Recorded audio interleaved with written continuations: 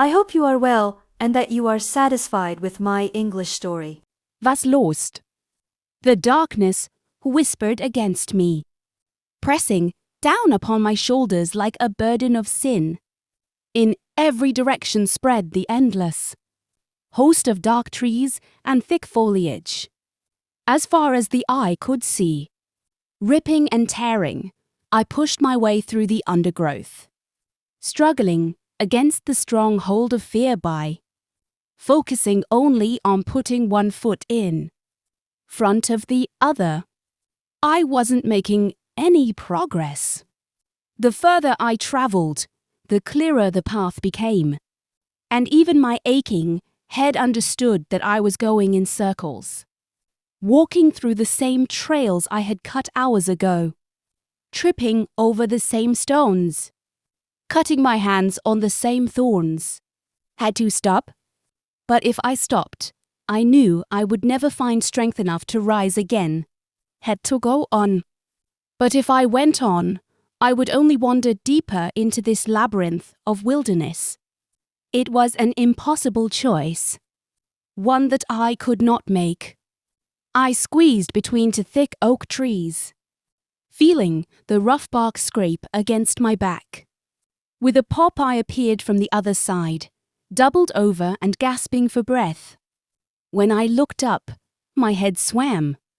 The blood pounded in my chest, and my ears throbbed. I didn't know why I felt like that.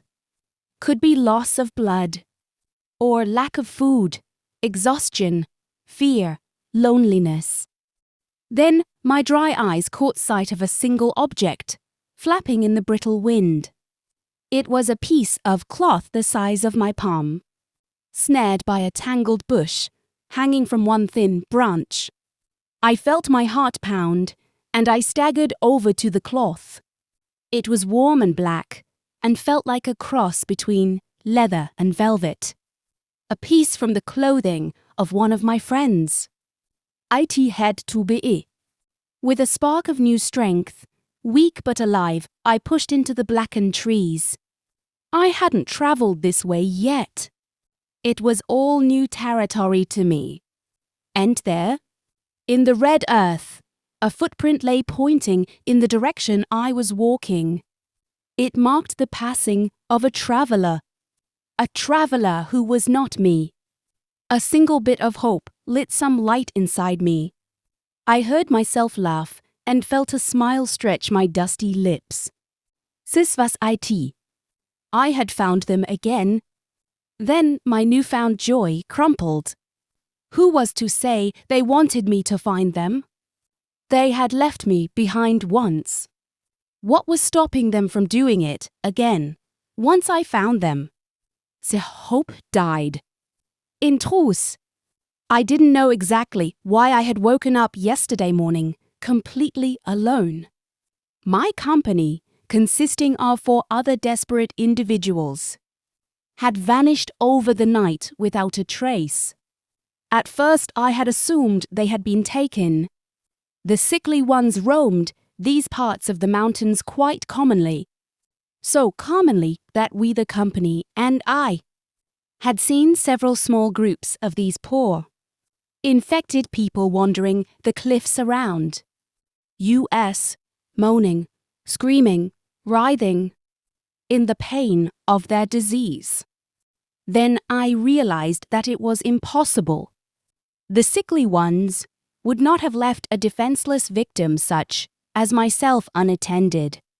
I hadn't been hidden in our makeshift camp's foliage. Surely the sickly ones would have seen me. So my mind turned to the next likeliest answer, that they had been captured by the government assassins, the Blackcoats. They, like the sickly ones, roamed the land, but with far more silence and purpose. It was our greatest fear that we would be caught by the Blackcoats. They were cold-hearted killers without a shred of pity for anyone caught, trying to escape the country. But I realized that this, too, was an impossibility, and for the same reason as before. The Blackcoats were sworn to merciless vengeance. And I would have shared capture and execution with my company had it been they who were responsible for my friends' disappearances. Then, how had they vanished? When I awoke to a silent, clearing void of humanity, I had worried for them. Now I wished them dead. Staring at that single footprint pressed into the earth, I began to wonder whether I should follow this trail or abandon my friends, as they had no doubt done to me. My mind was so clouded with fatigue and fear that I knew no logic nor reason, only that gnawing resolve to survive. So I decided to follow the trail for as far as it led me. There were 3 sets of tracks for certain, and a 4th trail was possible. It wasn't as if the path had been hidden. The further I went, the more footprints I saw, all pressed firmly into the dry earth. Branches were bent and broken, and at one place I even saw where someone had sat down to rest. I pushed on. The watch on my wrist had died long before, but by the orange sun in the dull grey sky, I could tell that several hours passed before I noticed many more footprints mingling with the trail I was following. I bent over to study them, every bone in my body aching for a rest. But I forced myself to remain on my feet. 1, 2, 3, 4, 5, 6, 7 pairs of footprints made by my company of 4. Could I be travelling with the same path my companions had made in the days before now? That would explain the extra footprints. Many times one of our number had swept back over our trail to search for pursuers. I had even done it once or twice. But that couldn't be it. There were too many footprints, even for Set. Could this trail be that of the diseased? I dismissed the idea immediately. Sickly ones didn't wear heavy boots like my company, and I did. They walked barefoot, or with soiled rags wrapped around their feet. There was no doubt I was following the trail of normal human beings.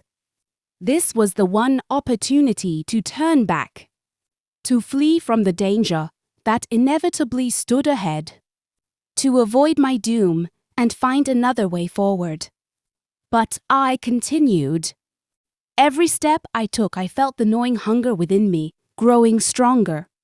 As the sun set and the light waned, the blood in my ears rushed like a flooded river. My headache grew so powerful that I couldn't hear the crackle of leaves beneath my feet. I was dying, and my only hope was in what lay ahead. An hour later, the world was completely dark. The sun was gone, and in its place the moon hung like a ghostly scythe in the clouds. I couldn't see the trail before me, but I walked on despite that. Head to life. I used head to. I could feel the darkness pushing. Every time the cold wind blew, every time I walked into a tree, the forest seemed to warn me of the dangers ahead, and I ignored it like a fool. Then I heard the gunshots, the shouts from a forest which had held its breath for days, the blood-curdling screams that, to my horror, I recognized. My company. I thought. My friends. I became a wild thing, scrambling like a blind beast deeper into the foliage, my parched voice screaming hoarsely for them.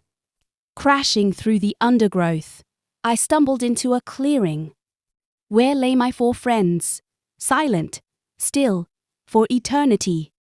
And above their crumpled forms, 3 men whom I almost died at the sight of. Black coats. One pointed his rifle at me. I heard the blinding white flash. I tasted blood upon the air, and my fading vision locked upon a place on one Blackcoat's uniform, a place where the black cloth was torn, A place where a patch the size of my palm was missing.